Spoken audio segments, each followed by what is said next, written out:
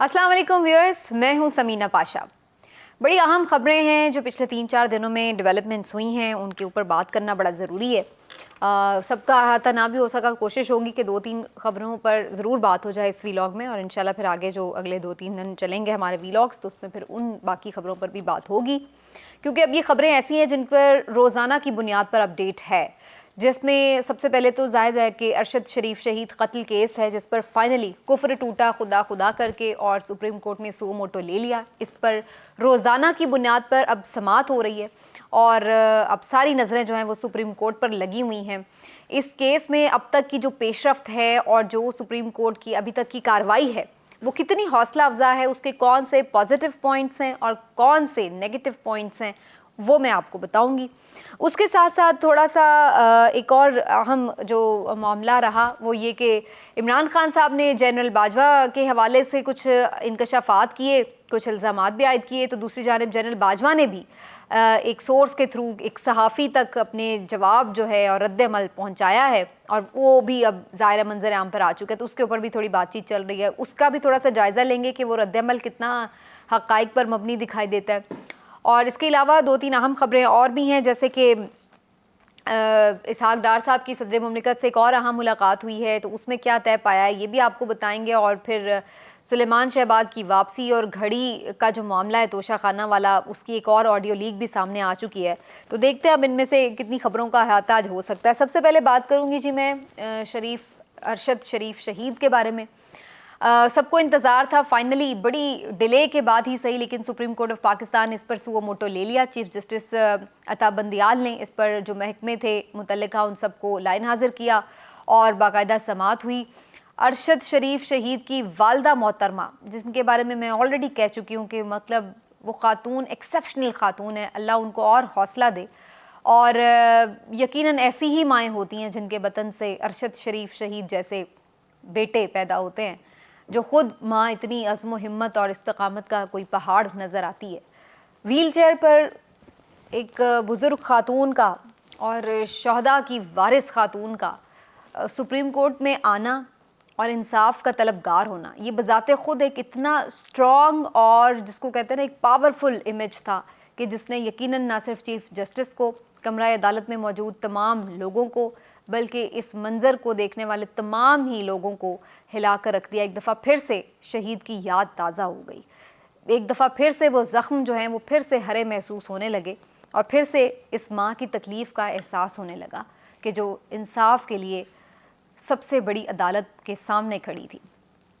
बहरहाल इसमें जो अच्छी चीज़ हुई वो ये कि 3-4 अहम बातें जो अच्छी पॉजिटिव लगी, और कुछ बातें हैं जो थोड़ी सी मायूस कुन भी हुई।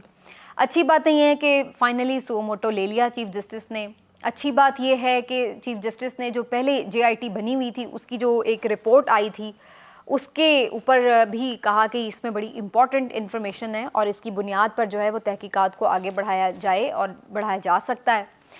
और इसके साथ जो एक और अच्छी बात सामने आई वो ये कि शहीद की वालदा ने बज़ाते ख़ुद एक इन्वेलप जो है वो चीफ जस्टिस के हवाले किया, जिसमें उन्होंने बताया कि इसमें वो तमाम नाम मौजूद हैं कि जो शहीद अपनी ज़िंदगी में बता के चला गया कि उसको किससे ख़तरा है, कौन है जो उसकी जान के दर पर है। और इसके साथ साथ उन्होंने कहा कि इसमें पूरी उन्होंने रिपोर्ट, पूरी जो उस वक्त से लेकर अब तक की सिचुएशन है उसको उन्होंने एक रिपोर्ट की सूरत में उसमें तहरीर कर दिया है। किस किस ने कहाँ कहाँ कैसे कैसे मुकदमात दर्ज करवाए, कहाँ कहाँ से उन्हें थ्रेट्स थीं, किन हालात में वो यहाँ से जाने पर मजबूर हुए, दुबई में किसने प्रेशर डाला, और उसके बाद उन्हें कीनिया क्यों कर जाना पड़ा। ये सारी तफसीलात उन्होंने अदालत को फ्राहम कर दी हैं। जो बड़े बड़े नाम उन्होंने इसमें लिए, जिनका जिक्र खुद अरशद शरीफ शहीद अपनी वालदा के साथ कर गए अपनी ज़िंदगी में, उन्होंने कहा कि general retired Bajwa, general Nadeem Anjum DG ISI, और उसके साथ साथ मेजर जनरल फैसल नसीर, जिनके ऊपर बहुत से हवालों से उनका नाम आ रहा है, ब्रिगेडियर शफीक और कर्नल नुमान साहब, और इसके साथ साथ 2-3 और इसी तरह फ़ौजी अफसरान के नाम उन्होंने शामिल किए हैं। और उनका कहना है कि वो चाहती हैं कि इनको मुल्ज़िम नामज़द किया जाए और बाकायदा कार्रवाई का आगाज़ हो। नाज़रीन, ये बहुत भारी नाम है और पाकिस्तान की तारीख़ में कभी ऐसा नहीं हुआ कि किसी इस तरह के मुकदमे में किसी भी आर्मी चीफ को या फिर सर्विंग जनरल्स को या सर्विंग अफसरान को इस तरह से नामजद किया गया हो। तो ये एक बहुत बड़ा मुकदमा है पाकिस्तान की तारीख़ का। इसमें अगर ये मुकदमे में वाकई प्रोसीडिंग आगे बढ़ती है तो भी इसके दूररस असरात हैं, और अगर ये मुकदमे में बातचीत आगे नहीं बढ़ती तो तब भी मायूसी के घटाटोप अंधेरे हैं। अगर तो बढ़ती है तो ये इट्सेल्फ एक बहुत क्रिटिकल सिचुएशन है, क्योंकि ज़ाहिर है इसका जिक्र खुद चीफ जस्टिस साहब भी कर चुके हैं कि ये इंतहाई संजीदा मामला है। और अगर हम खुदा न खास्ता वाकई कोई इस नतीजे पे पहुंचते हैं या वाकई ये ताने बाने उधर ही जाके मिलते हैं जहां शहीद की वालदा निशानदही कर रही हैं, तो मेरा ख्याल है कि ये हमारी इससे बड़ी बदकिस्मती हो नहीं सकेगी। मैं तो चाहती हूँ कि अल्लाह करे कि ये चीज़ साबित ना हो, अल्लाह ना करे कि ये वाकई मामलात उस तरफ जाते हुए हमें नज़र आएँ, क्योंकि इससे जो फिर एक इदारों पर मोहब्बत और ट्रस्ट का एक जो एलिमेंट है वो बिल्कुल ख़त्म होकर रह जाएगा। तो अल्लाह करे कि जो इसमें हक़ और सच है वो सामने आए और जो असल किरदार हैं वही सामने आए, वही मुल्ज़िमान तक पहुंचा जाए। लेकिन ये बहुत बड़ा मुकदमा पाकिस्तान की तारीख़ के हवाले से होगा अगर ऐसा इसमें जो भी आगे पेशरफ्त होती है, आइदर वे, चाहे वो पॉजिटिव साइड में होती है या नेगेटिव साइड में होती है। इसके अलावा इसमें एक अच्छी चीज़ ये कि चीफ जस्टिस ने अब इसके ऊपर एक नई JIT भी बना दी है जो कि मुख्तलिफ इदारों के अफसरान पर मुश्तमिल है, और वो नए सिरे से अब तमाम तर तहकीकात का जायज़ा लेगी, जिसमें अरशद शरीफ यहाँ पर जब मौजूद थे पाकिस्तान में वो भी हालात सारे देखेगी, किसने मुकदमे करवाए वगैरह वगैरह, कैसे छोड़ के जाना पड़ा, और फिर आगे की जो मामलात है उनको भी परसू किया जाएगा। चीफ जस्टिस साहब ने वालदा को बहुत इज्जत दी, ये भी एक पॉजिटिव बात है। उनकी पूरी तसल्ली से बात सुनी गई, देनी चाहिए थी। ये बहुत अच्छा है कि उनको ये हौसला मिले कि कोई उनकी बात सुनने वाला मौजूद है। नेगेटिव चीज़ें क्या हैं? पहली जो चीज़ ने मुझे मायूस किया वो ये कि चीफ जस्टिस ने जब इस मुकदमे के इंदराज के लिए कहा तो FIR जो कि एक पहला स्टेप होता है वो ही आप देख लीजिए कि मर्ज़ी के मुताबिक नहीं हो सकी। चीफ जस्टिस ने कहा था कि ये उनकी जो अहले खाना है उनकी बिल्कुल मिन्नो अन उनकी मर्ज़ी के मुताबिक होनी चाहिए, लेकिन हमने देखा कि सरकार ने फुर्तियाँ दिखाते हुए पुलिस ने अपनी मुद्दत में ही मुकदमा दर्ज करवा दिया। हालांकि मुकदमा पुलिस तब दर्ज करवाती है कि अगर कोई कत्ल हुआ है और उसका कोई वारिस नहीं है, तो शहीद को लावारिस तो नहीं है, उनकी वालदा मौजूद है अल्हम्दुलिल्लाह, उनकी अहलिया हैं, उनके बच्चे हैं, तो पुलिस को क्या ज़रूरत पड़ी थी इसमें मुद्दई बनने की। तो यहीं से सबसे पहले जो मामला है वो सस्पिशियस हो जाता है कि कहीं ऐसा तो नहीं कि जानबूझकर नामों को छुपाया जा रहा है और उनको एक साइड पर किया जा रहा है और मामले को कोई और रुख देने की कोशिश की जाए, आगे तफ्तीश पर असरअंदाज होने की कोशिश की जाए।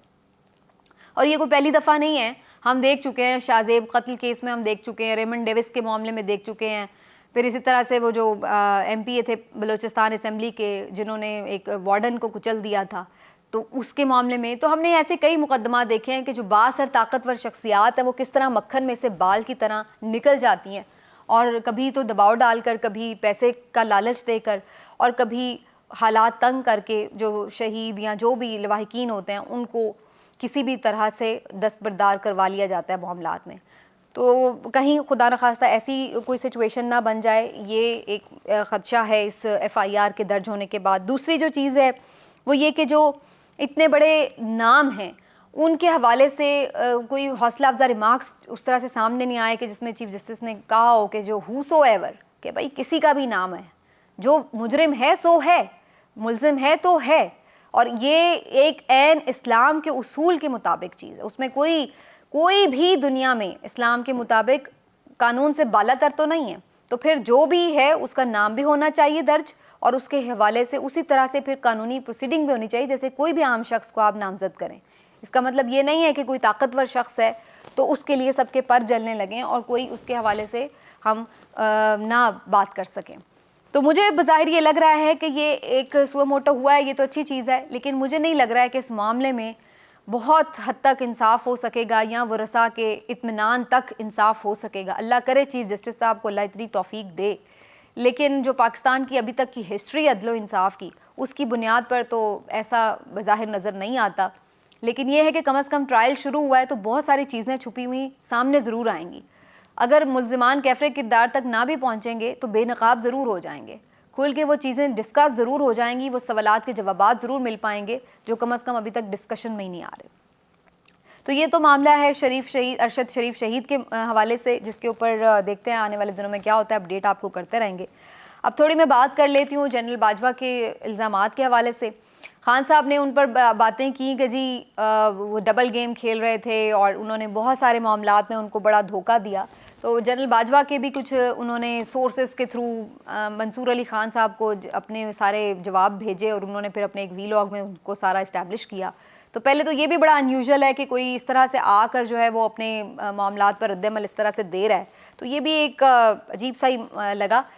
लेकिन अगर उसको ऑथेंटिसिटी को हम मान भी लें और मान भी लें कि जनरल बाजवा साहब का ही ये रद्द-ए-अमल है जो उन तक पहुंचा है और जिन्होंने पहुंचाया, तो उसमें बहुत सारे झोल नज़र आए। जनरल बाजवा कह रहे थे कि जी इमरान खान साहब उन्हें बॉस कहते थे, जबकि मुझे याद आ रहा है कि जब शुरू में भी ये एक दफ़ा ये वाक़या रिपोर्ट हुआ था कुछ इस तरह से कि इमरान खान साहब ने उन्हें ये कहा कि भाई आप पार्टनर हैं मेरे, तो उन्होंने कहा नहीं आप पार्टनर नहीं हूँ मैं आपका, आप वज़ीर आज़म हैं, आप मेरे बॉस हैं। तो इस तरह का एक वाक़या जब इमरान खान साहब ने चार्ज लिया था उस वक्त ये रिपोर्ट हो चुका था। तो ये अब जनरल बाजवा ने उसमें एक नई इख्तरा निकाली कि जी नाब उन्हें बॉस कहा गया, ये उनका रद्द-ए-अमल है।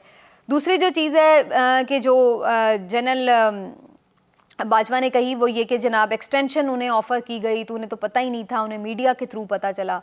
तो ये भी एक बड़ी अजीब सी बात है कि जनाब मीडिया के थ्रू अगर आपको पता चला, और उनका ये भी कहना था मैं लेना नहीं चाहता था। भाई अगर आप नहीं लेना चाहते थे तो आप ना लेते। एक मौके पर उन्होंने कहा जी मैंने फ़ोन करके कह दिया कि मैं रिज़ाइन कर रहा हूँ, तो भाई आप कर देते।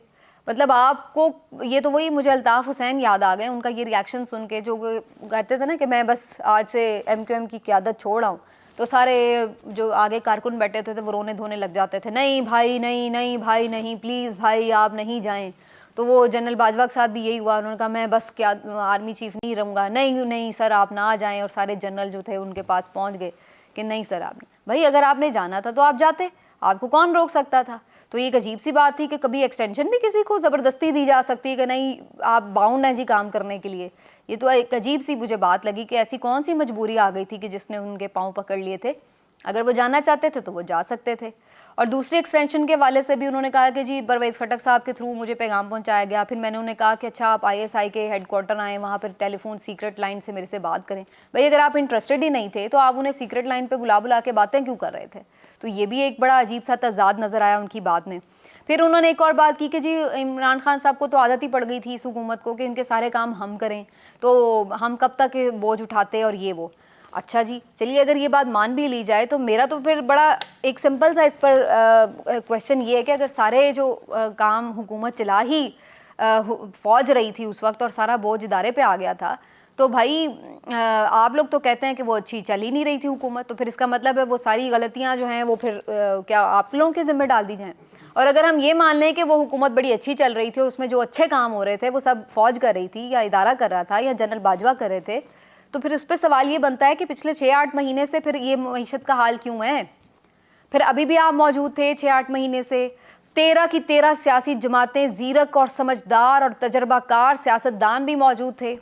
बड़े आप लोगों ने इकनॉमिक एक्सपर्ट दुनिया भर के बुला के और डार साहब को बड़े प्रोटोकॉल के साथ ला के उन्हें भी मईशत की चाबी पकड़ा दी कि जनाब वो कोई डॉलर के देवता हैं और अब डॉलर सजदे करेगा उनके आने के बाद। तो क्या हुआ, डॉलर आप ले आए 200 से नीचे? क्या मईशत आपकी बड़ी 6% से ऊपर चली गई? भाई अब तो यहाँ पर बड़े तजर्बाकार आ गए थे, आप भी मौजूद थे, तो फिर मिलके मुल्क को संभालते ना। मुल्क क्यों फिर डिफ़ॉल्ट के करीब हुआ पड़ा है? तो बात ये कि अगर इमरान खान साहब कुछ नहीं कर रहे थे, सब कुछ यही कर रहे थे, तो फिर अभी भी कर लें। अब क्यों नहीं कर रहे? क्यों इधर उधर भागे फिर रहे हैं? क्यों लाले पड़े हुए हैं? किस लिए आपको ये मईशत की सूरत हाल है कि हर दूसरे दिन डिफ़ॉल्ट का 100% रिस्क बना हुआ है? तो ये सारी चीज़ें जो हैं ये इतना आसान नहीं है कि जिसको आप नेगेट कर दें, फिर आप पे भी बहुत सारे सवालात उठेंगे। और आपने इमरान खान साहब की सारी बातों का आके रद्द-ए-अमल दे दिया। इसी रद्द-ए-अमल में एक छोटा सा रद्द-ए-अमल ये भी दे देते कि जो आपकी जायदादों से मुतालिक स्टोरी है उसके ऊपर आपका क्या कहना है, वो जायदादें कैसे बन गई? आपकी तो 3 लाख के करीब सैलरी है, तो उस 3 लाख की सैलरी में आपने कैसे अरबों रुपए की जायदाद बन गई? हमसे तो इतनी सैलरी में 1 करोड़ की जायदाद नहीं बन पा रही। तो बड़ी अजीब सी ये जो तज़ादात से मबनी उनका रिएक्शन था, ये सामने आया, जो कि मेरे ख्याल से उसको मज़ीद ही कॉन्ट्रोवर्शियल करता है मामलात को। बहरहाल आज इमरान खान साहब ने उस पर भी बात कर दी। उन्होंने कहा मैंने कभी बॉस शॉस नहीं कहा उन्हें, मैं तो वज़ीर आज़म था, मैं क्यों उन्हें बॉस कहूँगा। और बाकी उन्होंने कुछ अहम बातें की हैं। इमरान खान साहब ने भी आज जब यूट्यूबर से मुलाकात की तो उसमें उन्होंने फिर कहा कि जी इनको मार्शल लॉ की बेसिकली आदत पड़ी हुई है इदारे को, और इनका हमेशा से ख्वाहिश यही है कि कंट्रोल रखा जाए चीज़ों को, और इसी चक्कर में जो है ये बार बार सारी जो 3 साल के बाद एक गेम हम तमाशा देखते हैं तो ये सारा वो चलता है। ये बहरहाल खान साहब के इसके ऊपर रिमार्क्स थे। लेकिन बहरहाल जनाब ये सारी सूरत हाल के साथ साथ ख़बर ये भी है कि सुलेमान शहबाज साहब जो हैं वो वापस आ रहे हैं, और सुलेमान शहबाज शरीफ साहब के साहबजादे हैं जो कि इश्तिहारी हैं, और माशाल्लाह आपको पता है हमारे यहाँ तो फरावानी है इंसाफ की, तो उन्हें भी बड़ी जल्दी चंद सेकंड्स में इंसाफ मिला है, उन्हें हिफाजती ज़मानत भी मिल गई है।